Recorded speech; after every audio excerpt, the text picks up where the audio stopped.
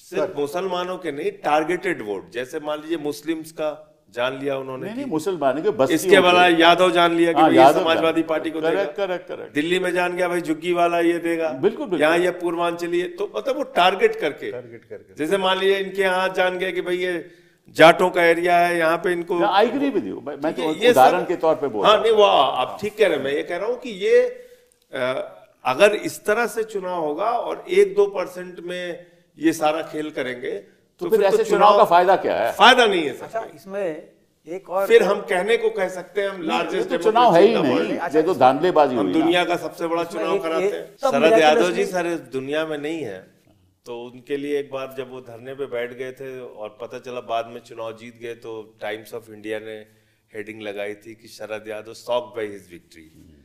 तो भारतीय जनता पार्टी खुद ही शॉक थी हरियाणा की विक्ट्री से, उनको खुद भी नहीं पता था कि वो जीत रहे चुनाव। उनको जिनको जो जिताना चाहते थे 15-20 से ज्यादा वो नहीं मान रहे थे। संजय जी, जो जिताना चाहते थे उनको पता था, आम आदमी को नहीं पता था। ये हो सकता है, ये हो सकता है। और महाराष्ट्र के अंदर इतना बड़ा मैंडेट उनको मिलेगा ये भी नहीं लग रहा, किसी को भी नहीं मालूम था। मैं तो और दिल्ली में भी मुकाबला लग रहा था, ये मैं मान सकता हूं, लेकिन इतना जितना गैप आया सीटों में, दिल्ली में अंत तक हम लोगों को लग रहा था कि भाई किसी भी हालत में हमारी 45 से कम तो सीटें नहीं आनी चाहिए।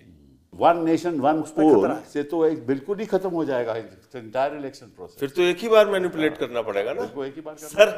ये जो इनको कवायद हर स्टेट में करनी पड़ती है, वन नेशन वन इलेक्शन जिस दिन पास हो गया, मैं उसकी जेपीसी का मेंबर हूं, तो वो अगर पास हो गया तो फिर तो आप ज्यादा मेहनत करने की जरूरत नहीं, एक बार पूरे देश में मेहनत कर लो। फिर तो होगा ना वन नेशन वन पोल वन पार्टी। स्टेट में भी आप आ गए, सेंटर में भी आप आ गए। हमने पूछा मीटिंग में, हमने कहा भाई एक चीज आप बताइए कि 5 साल के लिए एक सरकार चुनी गई और वो सरकार बीच में गिर गई, तो फिर तो मिड टर्म इलेक्शन होगा।